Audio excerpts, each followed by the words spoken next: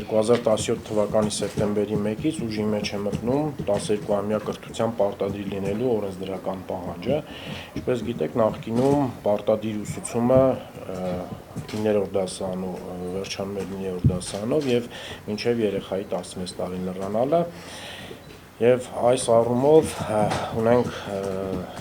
նաև ռիսկեր եւ խնդիրներ լուծելու։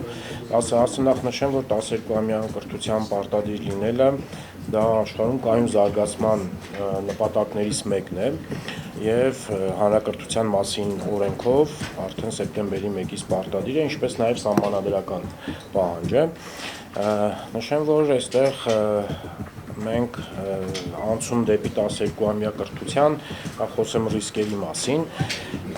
մենք այստեղ խնդիր ունենք յուրաքանչյուր երեխայի կրթության իրավունքի իրացման հետ։ Ինչպես գիտեք, նախկինում շատ երեխաներ ավարտելով 9-րդ դասարանը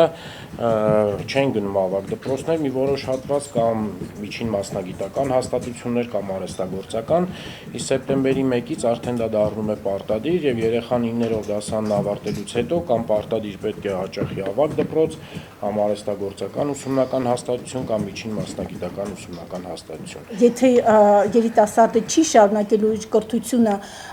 բուհում կամ միջին մասնագիտական ուսումնական հաստատությունում, գոնե արհեստագործական որևէ հմտություններ այդ երիտասարդին հնարավորություն լինի ստանալու։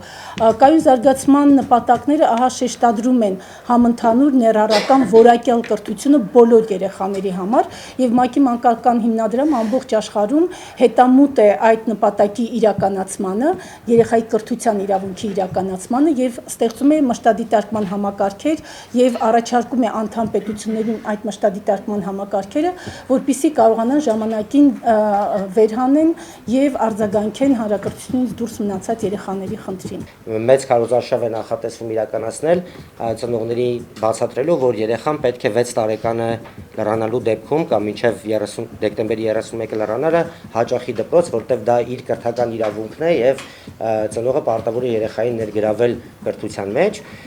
եւ համակարգը հստակ ցույց կտա։ Այսինքն մենք հստակ կիմանանք թե վիճակագրության առումով, թե կրթության նախարարության, թե ընդհանրապես պետության առումով, թե քանի երեխա ունենք, որոնք ինչ-ինչ խնդիրներով առաջին դասարան չեն հաճախել, այսինքն չեն եկել դպրոց։ Բացի դրանից համակարգը ունի եւս մեկ հատված, որը արդեն վերաբերվում է դպրոցից դուրս մնալու ռիսկի տակ գտնվող երեխաներին, այն երեխաներին, որոնք ինչ-ինչ պատճառներով ուսումնական տարվա կեսից անավարտ են թողում կրթությունը եւ համակարգի այս հատվածը արդեն կաշխատի մյուս տարվանից կաշխատի ամբողջ հանրապետությունում համակարգում ներգրաված են, այսինքն մի քանի գերատեսչությունների միասնական աշխատանք ունեն անելու, դա համայնքն է, դա առողջապահության նախարարությունը եւ համայնքային պոլիկլինիկաներն են, սոցիալ նախարարությունը, ոստիկանությունը եւ բնականաբար կրթության եւ գիտության նախարարությունը։